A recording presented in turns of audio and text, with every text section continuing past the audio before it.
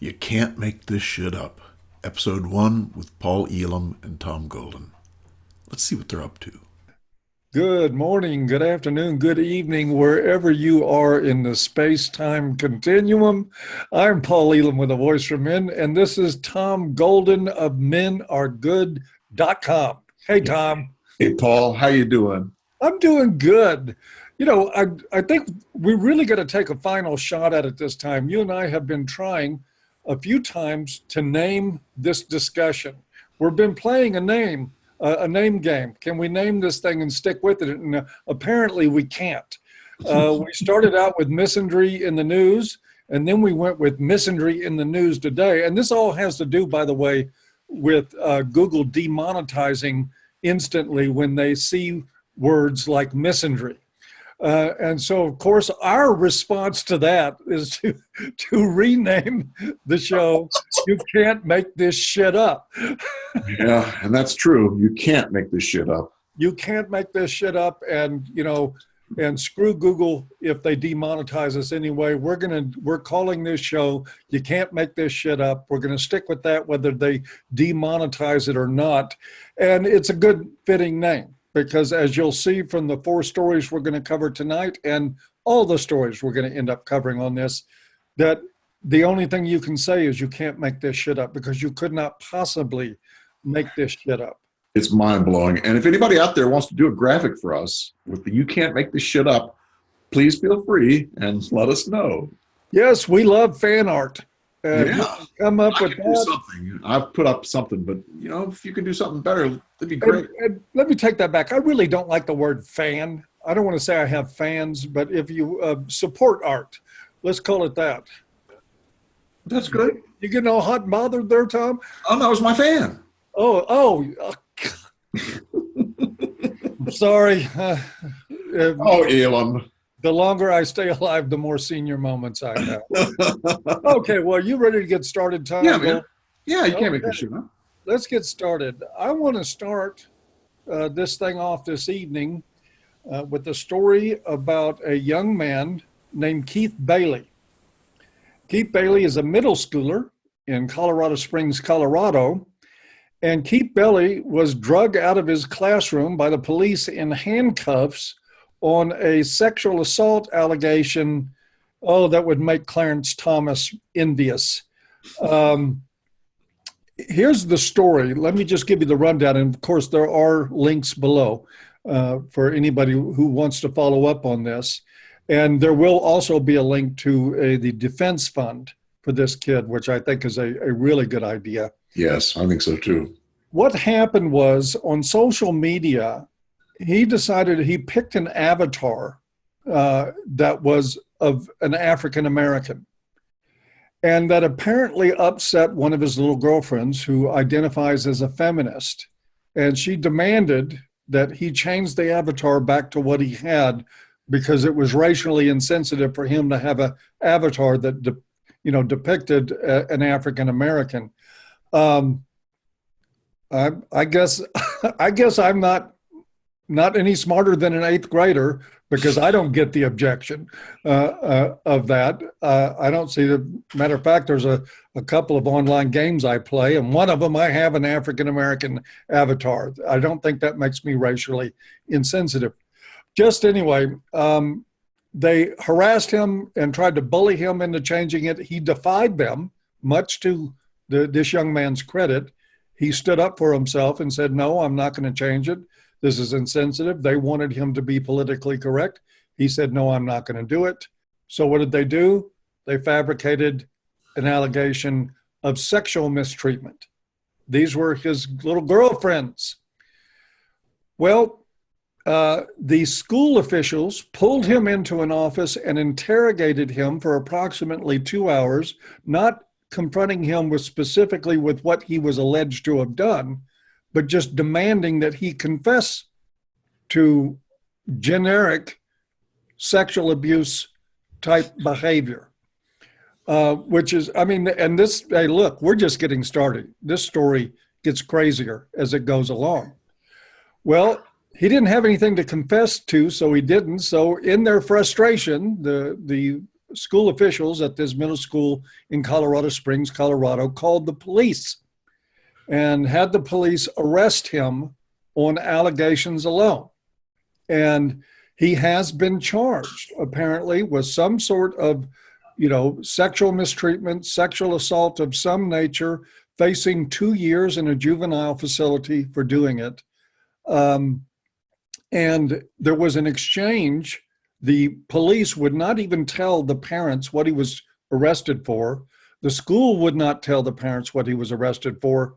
Eventually, the boy's mother got it from one of the girls' mothers, who said that he had sexually touched her inappropriately, done something to that effect during a football game. Well, it turns out that he was with his own mother and his actual girlfriend during that football game the whole time. He never left his mother's sight. And the mother confronted the accusing girl's mother with this and said, look, I was with my son the whole time. He was never out of my sight. This couldn't have happened. He was with his girlfriend, not out groping other girls. And the accusing girl's mother's response was, oh, well, it was probably a different game then. Click, goodbye. This is, now, what I've read from the story, the father is declining to identify the school that's involved here and declining to identify the name of the arresting officer in the case. And, I'm sort of split on this. There's a part of me that wants to be critical of that, because one of the reasons that this crap keeps happening is because we don't name names in this culture. We don't call out people publicly for what's going on. On the other hand, he is this boy's father. The boy is in legal trouble. And I am sure he is doing what he is doing out of fear that anything he does to antagonize the school or the police department may be turned around and inflicted back on his son. And so it's hard for me to sit in judgment of that. But this is sort of, Tom, I've always seen this as the real catch-22 of these cases. And I've talked to, I've had tons of people contact me over the years saying I've been accused, I've been falsely accused, I'm being tried, I'm going through this, I'm going through that. Well, okay, the most I can do is help you take this public. Oh, well, no, I can't do that.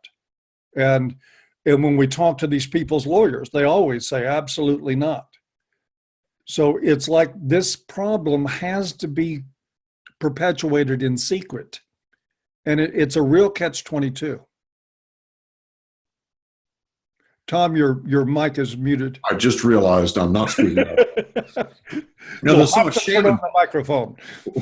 There's so much shame involved in this that people don't want it to come out. And I don't blame them one bit. But that's part of the problem, is if it doesn't come out, then it doesn't change. And people don't hear about stories like this. A 13-year-old being handcuffed and taken to a squad car from middle school. I mean, that's just like, no, head explode time. He didn't do anything. He didn't do anything. Over an allegation that it had not just taken place. It was allegedly from some football game. If somebody said he was just in the girls' bathroom, jumping on one of the girls, then I could almost understand an arrest, almost. Yeah. But still not without any proof. But over an allegation, I hope that the cop that did this was just trying to rescue this boy from the school officials. And why put handcuffs on him, Paul? Yep. Yeah. That's wishful thinking. That's unforgivable. It's absolutely unforgivable. A 13-year-old. Come on. This was a nice kid, apparently. Oh, yeah. A's and B's in school. Teachers liked him. Yep. Everybody liked him. It just goes to show you, if it can happen to a Supreme Court nominee. Yes. It can happen to anybody. Yes. And they don't care that it's just an innocent 13-year-old boy. Exactly. They don't care at all. I guarantee you, feminists are rooting for this boy's life to be destroyed. Power of false accusation. It's a disgusting, disgusting story. Now, a couple of members, one member in particular of my Facebook staff, has been in touch with the father, and I'm trying to get an interview. That may not be a safe thing for him to do, Right. but I'm going to try because I would like to at some point, hopefully, maybe it'll happen after all this blows over, and this guy will get a chance to speak up.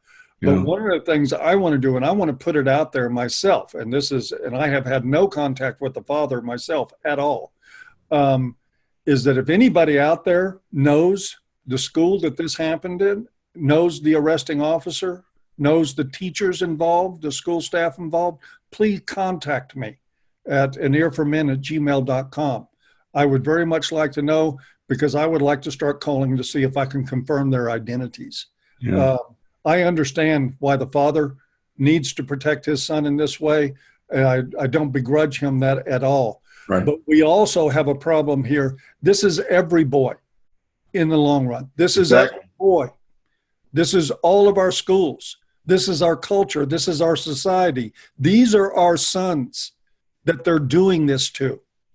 And when I did some research on the story, Tom, I came one story after another. A 7-year-old leaving a school in handcuffs. Really? One story after another. If you do research on this story, you will come across one incident after another of always young boys being accused of something and being drug out of school, often in handcuffs. Wow. It needs to stop. That's crazy. That's crazy. I mean, whatever happened to the presumption of innocence? You know, it's gone. It is gone. And people are so afraid to confront feminists and say, look, you're nuts. You're out of your mind. This is crazy. We need to start doing that. The emperor has no clothes, you know? And we need to start saying who the emperor is. There you go. Naming them. Name them, putting their pictures online, the whole ball of wax, school officials, everybody. I don't care. That little girl's family. Yep. That is enabling this lie. Yes. I don't think any of them deserve protection. I Yep, don't. I agree. Had enough of this garbage. There's a lot at stake. You know? Oh, by the way, also you'll find in the low bar there is a link to a GoFundMe for the Defense Fund. I think they've already raised $10,000 or $12,000. Don't quote me on that. I gave it a brief glance earlier, and I posted it to my Facebook page for those that want to contribute. Good. But I hope they raise a ton of money, get great lawyers, save this boy's life. But, you know, here's part of the problem, Tom. It's not just that. Let's say they get him, they get the charges dropped, whatever, and more or less prove his innocence. He was already being bullied at school and being threatened by other students because these young girls that were setting him up with the false allegations went the full relational aggression route that young girls do. They went and told other boys that he was a racist. They went and told other boys that he was a bad person, and they were threatening him at school. You can't undo that. Wow. There's no undoing that. That's why, you know, I want to see the names of these young women, of these girls. I want to post them at A Voice for Men and let them get a taste of their own medicine. Yes. This stuff needs to be stopped. And I if agree. anybody says, hey, Paul, don't do that bullshit, I'll do it in a heartbeat. Yeah. And I will not regret it either. Indeed. So please, if you can get that information and I have the ability to confirm that it's 100% correct, I will be publishing it. Amen. Anything else on this one, Tom? No, man. Bless his heart. Bless We're his with you, heart. Keith. Right. You know, Yep. good man. Anyway, speaking of bullshit allegations, I guess obviously the big story in the news, and I just did a talk on this on my channel, is the Christine Blasey Ford rape allegation that is already, she hadn't even testified yet. And I'll tell you, I'm going to make a prediction here. I'm going to be very, not a prediction, but I'm going to be very surprised if she actually testifies. Right. Right. very, very surprised because this whole thing has the stink of manipulation and game. Absolutely. All over it. She'll have an emergency Thursday morning, Yep. you know, And or then someone they'll will pull a say, freaking fire and then alarm. they'll say the Republicans wouldn't work with me, and I felt unsafe, and I've been traumatized. But here's where this thing stands right now. She has, and the news is getting it wrong. Even Fox News, which is normally better about this stuff, but the news is reporting over and over again that she has agreed to testify on Thursday. She has not agreed to testify on Thursday. She has said, I agree to testify on Thursday, provided we can work these other details out. Oh. And as reported just recently by Lindsey Graham, there were 6 demands that her attorneys made that the Senate committee agreed to 4 of them, but 2 of them were out of question. They were not going to go for it. So this wasn't an I agree to come testify. It was another tactic that these people are using. The only objective here is to delay Kavanaugh's nomination. Yes. That's the only thing this is about. Yes. Or to delay his approval, hopefully to the midterms, so that if the Democrats take the House, they can just vote him out officially then. Well, remember, the Supreme Court opens up next Monday. Yes, it does. Big picture, though, I think it's about his ever getting there, period. Yeah, that's true. They don't want him there Monday. They don't want him there any day. But what's really interesting, too, is that now there are 3 people that the Senate committee has interviewed or gotten interrogatories from, yes, who were at this so-called alleged party. And none of them heard a thing about this. And they all, in fact, said it didn't happen. Yep. That is just bullshit. Now, Yep. I have questions about this, Tom, because Ford herself has said she don't know what party it was, what house, what year. It was just, he raped me, or he tried to at some party, at somebody's house, at some point in time in high school. And so how they got people to say he wasn't there, we don't know where there was at this point. So that I don't like. I want more concrete stuff than that. Yeah.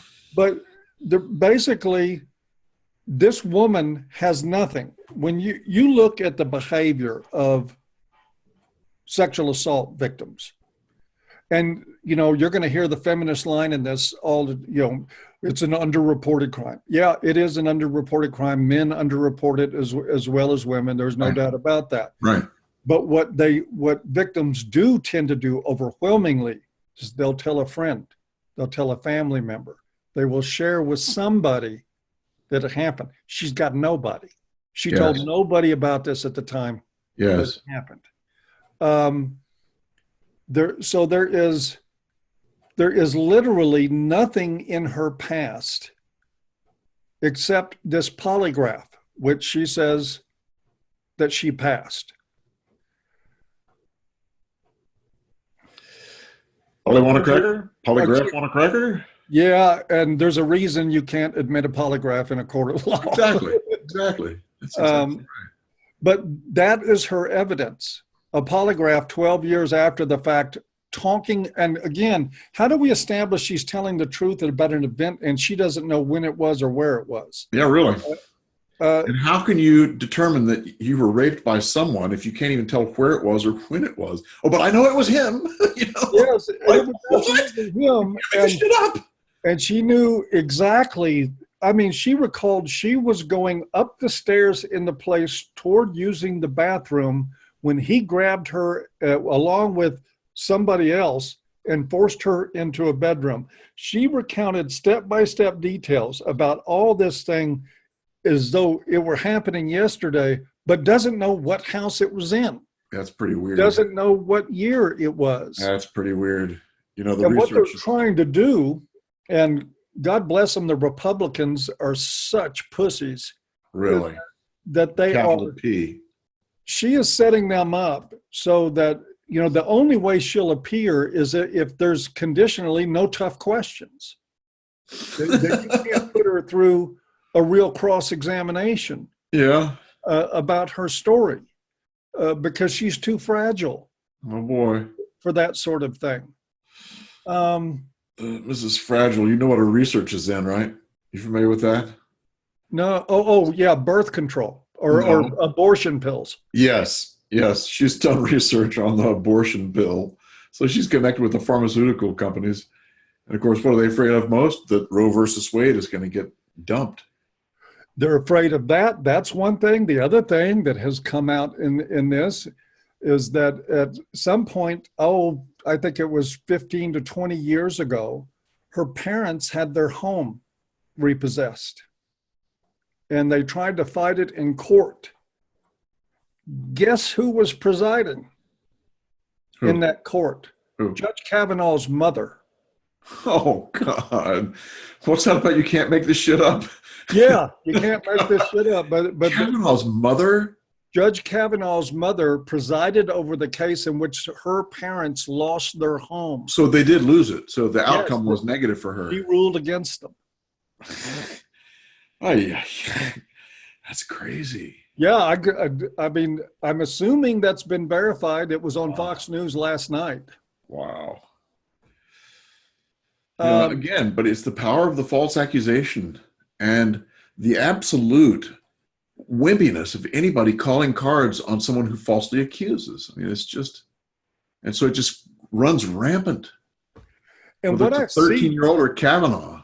Yeah, exactly. You know what I've seen all over television about this, Tom? What just absolutely amazes me is that you do have a lot of conservatives that are critical of this, that are skeptical about her, that are standing behind Kavanaugh, right, that are trying to analyze and do their talking head routine on the problem.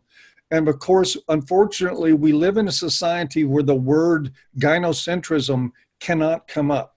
But that's what's driving all this cowardice in the Republicans is the gynocentrism. They're afraid of pissing women off. That's it. They are. That's it. And this is when, when guys used to come in the comments for the past few years and they would come in and say the only way to solve these problems is to repeal the 19th Amendment. For years, I just rolled my eyes. Because to me, just in a constitutional society, according to our Constitution, people have to be allowed to vote. But I tell you what, when I look at what the woman's vote has done to the course of politics, now we have every male politician associated with this is terrified of even saying something critical about Ford, of challenging her too much, of looking at this obvious bullshit story and calling it obvious bullshit. That the bias is there. She is a fucking political activist. Yes. That scrubbed her internet history as much as she could before all this came up and went to the Washington Post with her polygraph test as soon as Kavanaugh got nominated. I mean, this is all political bullshit. It's obvious that it is. And what do you hear when you turn on Fox News and you listen to even somebody like Jesse Waters? Well, I believe she believes something happened to her. Really nice. We can't be mean to her because, she's, you can't treat, and Harris Faulkner, you can't treat survivors that way. She's a survivor. Of what? Of her bullshit? Exactly. I agree. You can't make this shit up. That is exactly what I was thinking. I mean, it's so crazy. I mean, they are so immune to any kind of questioning or any kind of fact-finding. It's like, what? It's just amazing what the feminists have done. I mean, my hat is off to them in some ways. They've been really effective in shutting down men, And the conservative men are no better than the left. Absolutely not. Not a bit. Yeah, they're all afraid. All of them. Even, oh God, what's his name? I like him, Ben Shapiro, Yeah, just putting on the kid gloves, talking about her with all the delicateness in the world. that's right. And you talk about, he's a guy that is one of the masters at just calling bullshit, Yeah. Shapiro is. And He's got those gynocentric glasses on. he knows he better not piss off the women. Yeah, And that includes the other women at Fox News. You know that. yeah. Can't upset them by calling this lion hoe a lion hoe. Ain't that the truth? But thank God we can. Indeed, and it's fun too. So Yes, it is fun. what the hell? If it wasn't so tragic, because this is honestly heartbreaking. This Yes. guy has led an exemplary life. It tells you something that if they got to try to stretch into something that allegedly happened when he was 17 years old in order to have something against him, he has lived an immaculate, spotless life, or they would have something else they would be dealing with. Yep. And he deserves this nomination. He has made himself stand out as a brilliant legal mind and a very qualified judge. Yes. And he's just being destroyed. And now, even if he gets through and gets the vote, he's going to be the rapist on the Supreme Court. Well, my way of looking at it is he's going to be the man who's been falsely accused and sees very clearly the power in that. And he and Clarence Thomas are going to be in a little club together. You know, what did he call it? A digital lynching?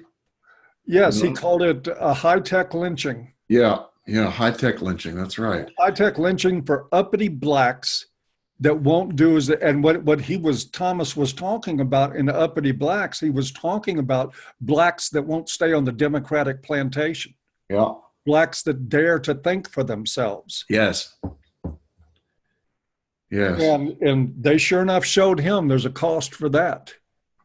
Yeah, but at least he made it to the Supreme Court. And hopefully Yes, he Kavanaugh did. will also. And I hope that Kavanaugh makes it. I don't But know. it really is tiresome seeing men be put through crap like this and 13-year-olds be put through crap like this. It's just unacceptable. I mean, we cannot sit by and let this kind of thing happen. You know, everyone needs to stand up and say bullshit. You know, whether you're And this kind of thing happens because this world generally sits by and lets these kind exactly. of gutless politicians and ignorant, unconscious politicians. I mean, most of these guys, if you sat down and explained gynocentrism to them for a month, might end up with a little bit of a clue and then would quickly stick their finger in the wind and say it doesn't matter. But part of it's ignorance, but I'd rather just write it all up to being worthless, gutless politicians. Yeah. Indeed. Why don't Are we we ready move for the on next off of this terrible story and see if, I know you've got a couple of stories. Oh, God, from one terrible story to another one. Oh, it gets worse? This one's worse. 2015, North Carolina. There's a little argument between a man and a woman who were, I suppose, boyfriend and girlfriend. And the argument gets crazy. And the woman starts biting him, biting his chest, his stomach, and then biting his balls. And some people have called it a castration. I'm not sure if she actually bit the ball off, but she bit hard enough to come close to that. So it's just hard to imagine that kind of thing happening, right? So they go to court. The guy takes her to court. And what do you think happened, Paul? She got acquitted, of course. Yeah, she was found innocent. Yeah. It's like, She's female. are you kidding me? She admits that she bit his balls, and she said she was trying to defend herself. Trying to defend. I'm going to defend myself by biting you in the balls. At first, she bites his chest, bites his midsection, then bites his balls, and that's a self-defense move. Oh, God. So he's trying to get her off, apparently. And he said that he did hit her while he's trying to get her off. And I can understand that. I'd hit somebody, too, if they had their damn teeth around my nuts. I mean, Well, they wouldn't even have to get near my nuts. yeah, really, exactly. If it was coming close to that. And that's when we talked about this story, that was one of the things that came to my mind. And I wonder if you got any thoughts on it. Mm. He admitted that he hit her. I mean, admitted like it was doing something wrong, Sure. which it wasn't. But he said that he hit her in the course of this. Yes. You know, if somebody is biting me in the chest and they're continuing to bite and their head's moving lower, I'm going to beat the fuck out of them. I'm not just going to hit them.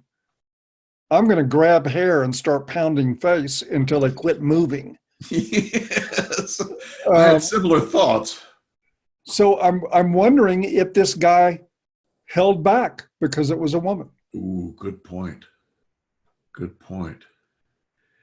Yeah, because boy, if she's doing that, she is just in range of the fist and in danger of being completely pummeled.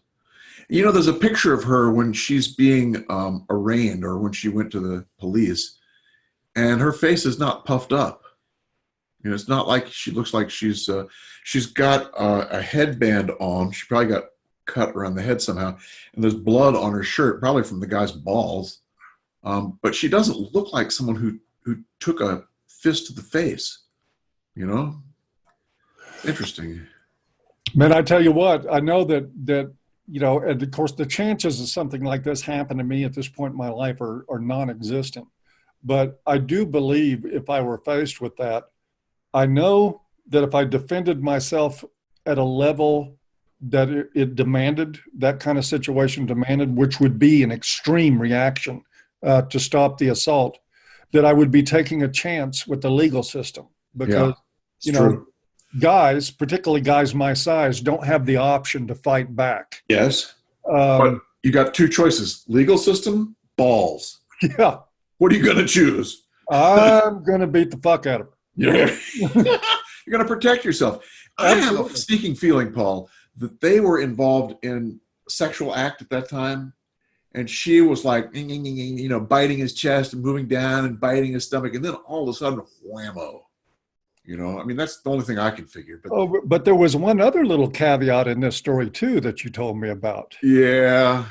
And that was it was the same day or the day before he had told her, I'm leaving tomorrow. Uh-oh. I'm leaving tomorrow. And, you know, I read probably 4 or 5 versions of this whole thing. And it wasn't until the 5th one that came out. No one mentioned that. But you know, and I know that if a man tells a woman, I'm leaving tomorrow, and that woman has any kind of personality disorder, you are toast. Man, you better have your, you know, titanium plated jock on when you tell a personality disorder that you're leaving. And God knows, I mean, there's at least a 1 in 5 chance if he's with a woman, she's got a personality disorder, and probably 3 out of 4 chances she's got the traits. So, I mean, that is, you know, the guy in California where she, you know, that Sharon, what's her name, Osbourne, made fun of it. The woman cut her husband's dick off, threw it in the garbage disposal, and which Sharon Osbourne thought was so funny. He had told her he was getting a divorce. That's when she cut it off. Yeah. And if you look at these stories and you do the searches on Google, you'll find stories. I remember reading one where a woman squirted her boyfriend's crotch with lighter fluid and tossed a match on him in his sleep. He had told her he was breaking up with her. Oh, jeez. So guys, listen, this is serious business. If you suspect that you're with a woman with a personality disorder and you're wanting to get out, you don't owe her that heart-to-heart talk. Get your shit and leave. Well, it's okay to have the talk, just have your stuff out before then. Well, you know, I tell you, have the talk over email. There you go, or maybe on the phone. Or on the phone. But the point is that it's dangerous. It is dangerous. You know. Yes, yes, and yes. So, And you know, you don't believe me? Ask the guy in North Carolina with one ball. oh, that hurts. God, North Carolina's had enough problems recently. They really have had enough problems. Yeah, they're my neighbors now. I wonder if this woman's name was Florence. Oh, No, her name was Martini Del Vega. oh man, that's a fucking titty dancer name if I ever heard it in my life. Martini Del Vega. Did she come with a feather boa and leopard skin stretch tights? Jesus fucking Christ. You know, you may Dude, be right. what are you doing going out with a girl named Martini Del Vega? What were you thinking? You may be right, Paul. Oh man, You may be right. that was her stage name. Oh, God. So we've got one more to go, right? We got one more to go. And as usual, we're going to try and make the last one a positive story. Absolutely. We love positive stories. Walt Disney, move on over. There you go. And this is not really a totally positive story, but it has some positive aspects to it. And where did this one take place, Paul? I'm trying to think. Where was it? It was in Connecticut, I think. Daggone it, I I forget. don't know. It's your story, Golden. Yeah, it's my story. It's like the I read last the time I was headline in a completely. couple of paragraphs. I I know was it. asleep at the wheel. Asleep at I the was wheel. asleep There's at the wheel. a likely story. Yeah, but this is a story about a woman who accused two men of raping her in the bathroom at a party. Okay. God, another false allegation story. This is a false allegation story. That's exactly right. But she accused them of raping her in the bathroom. And then, as time went on, she took it back. She said, no, they didn't really rape me. I was just trying to keep my relationship with my boyfriend all right. And I guess the implication is if he'd found out that she was screwing the two football players from the school, that he would have beat the feet. I've known a few boyfriends in my time, and I think the knowledge that their girlfriend or fucking guys in the bathroom probably give them pause for reflection on that relationship. Yes, you would think so. So they took her to court for false allegation. And in fact, the police charged her with malicious tampering of evidence, I think, something like that, and something else, false allegation kind of thing. And she plea bargained down to, what was it, tampering with evidence or something like that, something misdemeanor, but she got a year in jail. Which is hardly enough, but No, it's not even close to being enough. But it's better than nothing, you know? That's the life of red pill men. We're like beggars. We're happy to have crumbs. Bring on the crumbs. That's a whole lot better than the guy that's had his ball bit off that didn't get anything. He got nothing except embarrassed by the whole thing. Better than the 13-year-old boy getting drug out of school in handcuffs. Oh, man. But anyway, here's what happened. In court, while they were reading one of the guy's victim statements, you know, in a problem like this, they'll have the victim of the crime, like a murder, the people whose family member was murdered will put a statement together and they'll read it during the court before the sentencing, I think. And they were reading one of these, and as his statement about all of the trouble he had gone through because of this woman rolls her eyes and apparently groans, like that. Like, how can you treat me so unfairly? All I did was tell a lie. Oh my God. They basically said this woman has zero remorse. She doesn't have any sense of what she did. And listen to what one of the guys said. It's powerful. I went from being a college student to sitting at home, being expelled with no way to clear my name.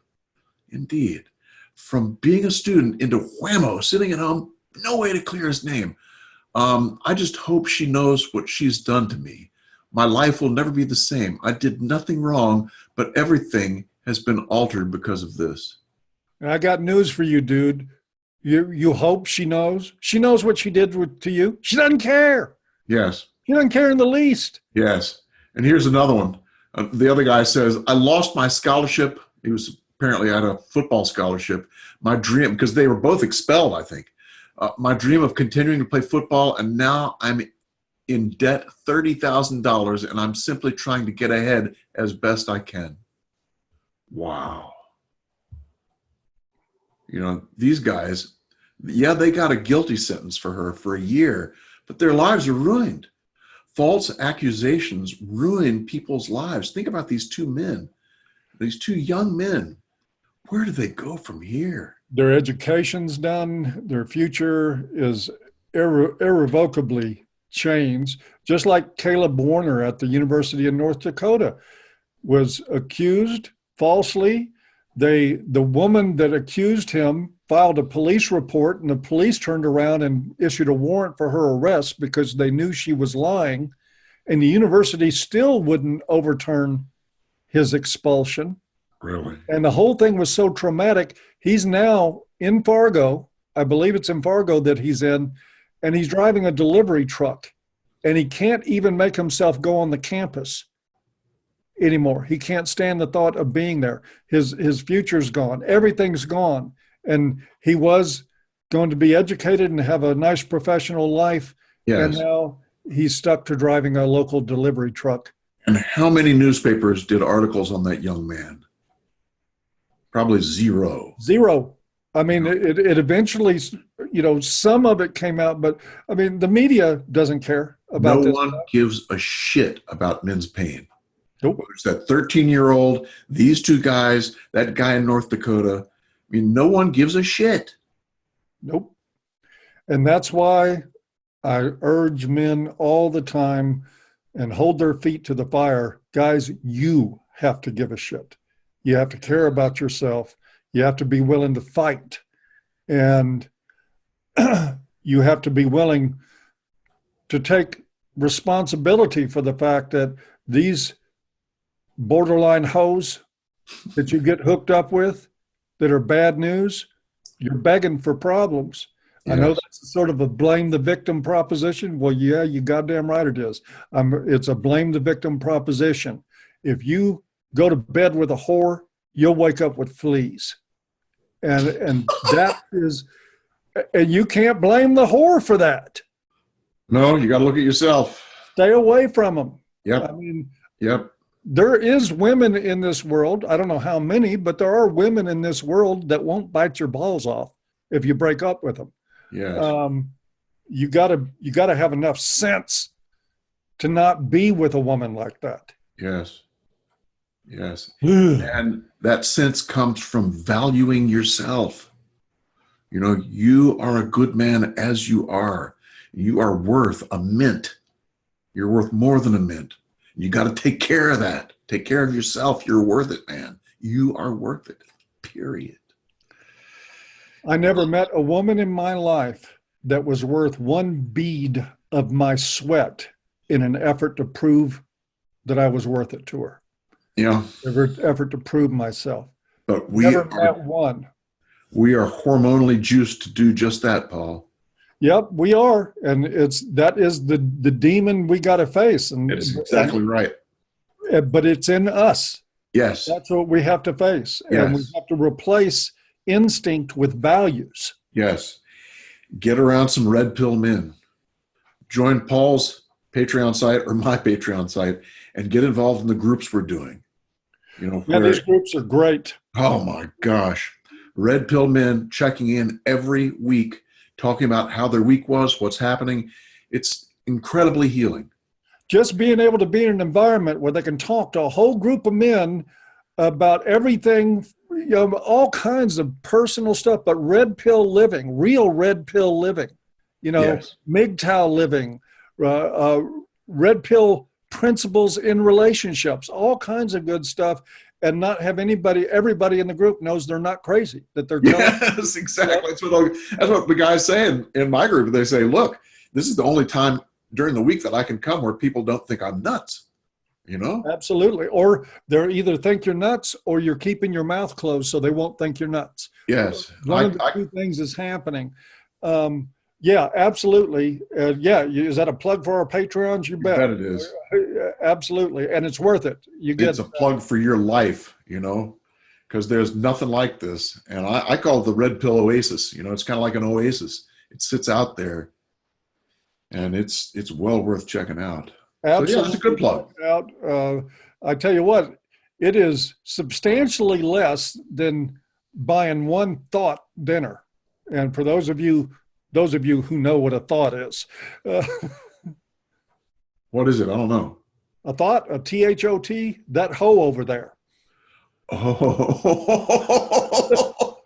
how did I not know that? So you can kick in $1 a month to my Patreon and come to 4 groups a month. Mine or too. actually 8 because we have them on Wednesdays now too.